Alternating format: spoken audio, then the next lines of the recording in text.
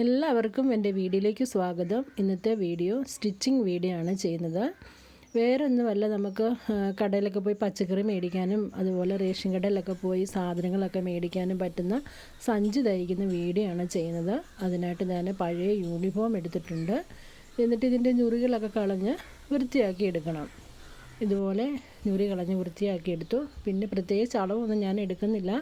എനിക്ക് അളവ് അറിയാവുന്നതുകൊണ്ട് ആ അളവിൽ തന്നെ ഞാൻ വെട്ടിയെടുത്തു. എന്നിട്ട് ഈ തുണി നമുക്ക് രണ്ടായിട്ട് കട്ട് ചെയ്തെടുക്കണം.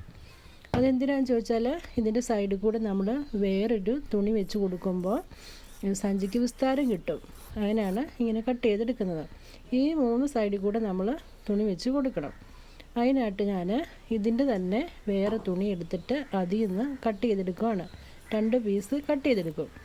അപ്പോൾ ശ്രദ്ധിക്കണം, ഈ കട്ട് ചെയ്യുന്ന 2 പീസും ഓരോ അളവായിരിക്കണം, അല്ലെങ്കിൽ സഞ്ചിക്ക് തയ്ച്ച് കഴിയുമ്പോൾ വ്യത്യാസം വരും.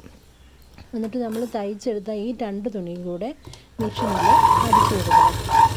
അടിച്ചു കൊടുത്തിട്ട് രണ്ടായിട്ട് നമ്മൾ കട്ട് ചെയ്ത് വെച്ചിരിക്കുന്ന തുണിയിൽ നിന്ന് ഒരെണ്ണം എടുത്തിട്ട് അതിലേക്ക് നമ്മൾ ഇത് വെച്ച് പിടിപ്പിക്കുകയാണ് ചെയ്യുന്നത്. ഇതുപോലെ തയ്ച്ചെടുത്തു. എന്നിട്ട് വെട്ടി വെച്ചിരിക്കുന്ന തുണിയിലേക്ക് തയ്ച്ചു കൊടുക്കണം.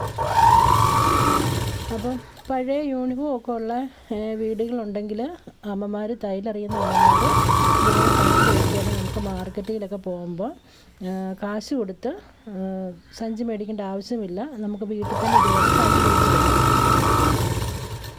ഇതുപോലെ ഞാൻ തയ്ച്ചെടുത്തു.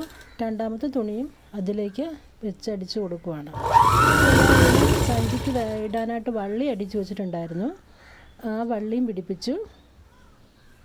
ഇതുപോലെ വള്ളി പിടിപ്പിച്ചെടുത്തു. കണ്ടോ? അപ്പോൾ ഞാൻ അടിപൊളിയായിട്ടൊരു സഞ്ചി തയ്ച്ചു.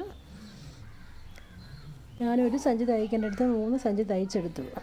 അപ്പോൾ ഈ വീഡിയോ ഇഷ്ടപ്പെട്ടെങ്കിൽ എല്ലാവരും ലൈക്ക് ചെയ്യുക, കമൻറ്റ് ചെയ്യുക. ഇതുപോലെ തയ്യലറിയാവുന്നവരൊക്കെ സഞ്ചി തയ്ക്കുക, ഉപയോഗിക്കുക.